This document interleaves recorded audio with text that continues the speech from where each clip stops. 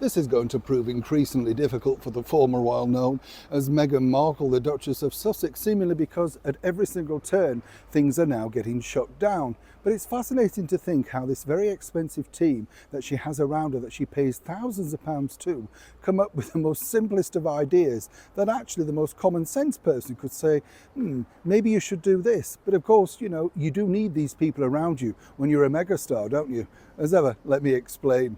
Morning, good to see you. Thank you so much as ever for joining me today. And thank you, by the way, for your lovely comments regarding the late and beautiful and incredibly talented Mitzi Gaynor. A lot of you said, which, was lovely, that, it's true, you don't get that sort of person that can come on, do a comedy sketch, dance, sing, entertain. And I loved your stories about how you'd met her or seen her in supper clubs and, performances on sort of plays and things. It just shows that, talent can go on, doesn't it?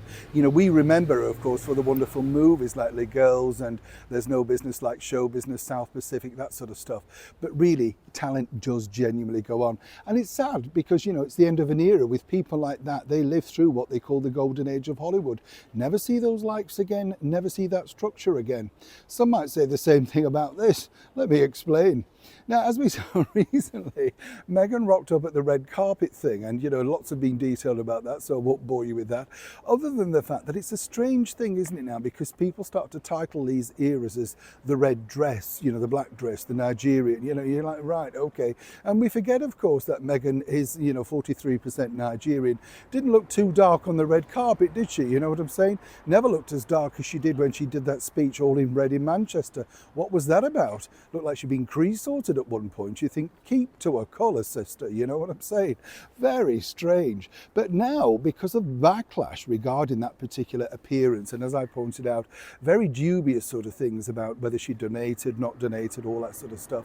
Well, apparently, you see, her team have decided in order for her not to receive any negative backlash, the interviews now will be structured. So if you do an interview with her, for instance, then that would have to be cleared in advance and what you're going to ask, all that sort of stuff. No sort of grabbing her on the red carpet. But better than that, the bigger idea now is that Meghan now will not be doing red carpet interviews. That's going to be hard, isn't it? She loves to chat, and that could be problematic, whoever's trying to manage her. But this is so that people can't pick apart the faults. And apparently the way she looks down when she says mother and stuff like that, people are literally reading into so many different aspects of it.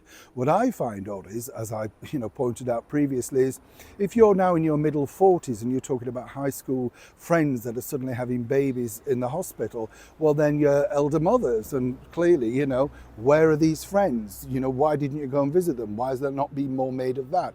None of it stacks up. But according to that source, Meghan's literally sick to the back teeth have now been picked apart by whatever she says, good, bad, or indifferent. And so the way around that, of course, is to make her into the brand new, if you like, Garbo of the red carpet.